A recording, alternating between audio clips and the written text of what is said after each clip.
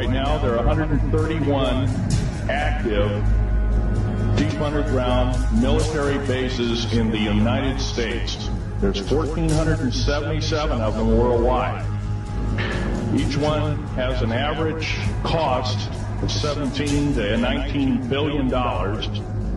Each one is built in the site, it used to be, it'd take a year to 2 years to build each one, and now they're capable of building a couple of them a year with sophisticated methods. My colleague, Al Bielik, has actually been on some of the high-speed railways, the magneto-leviton trains that connect all the deep underground military bases within the United States. He's been on a Mach 2 train and floats off a single rail at a 3/4 of an inch off the rail, and is what you call high tech. We have nothing like this on the surface.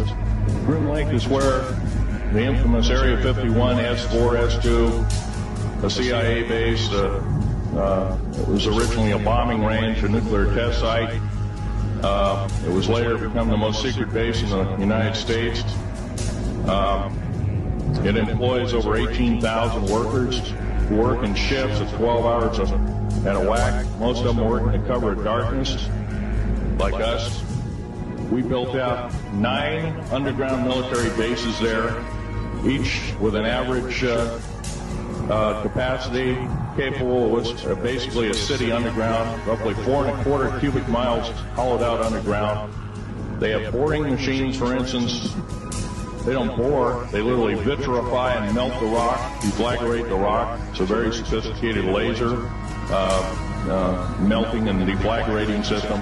It reduces the rock to a powder and then melts the remaining rock as a coating on the inside of the base, so you don't have to use gunite, cements, and other kinds of things like that. That's all old hat now. Technology is just basically, the new technology we get is the old hat of the military. Anyway, after we drilled all 4 holes, it's about 2 days to drill all 4 of them.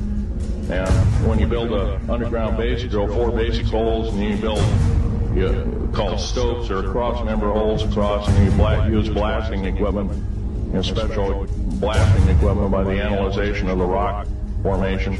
And you literally blast out or tunnel out or deflagrate or melt rock out to build the large rooms that are required for this underground base. I was involved in building another base inside of Dulce, New Mexico, which is Los Alamos Laboratory.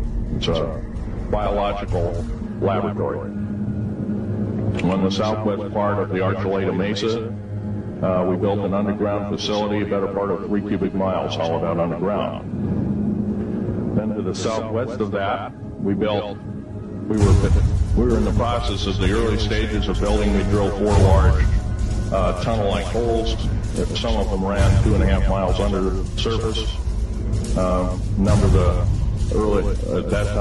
the original wells or drilling machines that were used were at the rate of 2 miles a day. Area 51 is only one base, one of the 131 bases. Of these 131 bases, I call Area 51 a mega base. It's got more than one base in it. It's Tonopah Test Range, Area 51, S2, S4, Groom Lake, and a host of others. Now, these mega bases are gobbling up our gross national product. Right now we're spending 28% of the gross national product on building underground bases solely. That doesn't count for the defense budget. That doesn't count for the spare parts budget. It doesn't count for any of that at all. And the black budget is dead wrong. It sidesteps the United States Congress and its Constitution of its people and says you're a bunch of morons, you don't need to know. Well, a need-to-know basis is an executive order written during the Eisenhower era right after the created 1954 treaty and is treasonous and illegal in this country and should be overturned and abolished. All this alien thing is fine, except for one thing. Alien takeover is a serious threat. kept totally out of the public view, off the surface. I'm sure the underground bases, without question, are being used as a place to house alien takeover. Alien takeover means the implementation of a one-world government.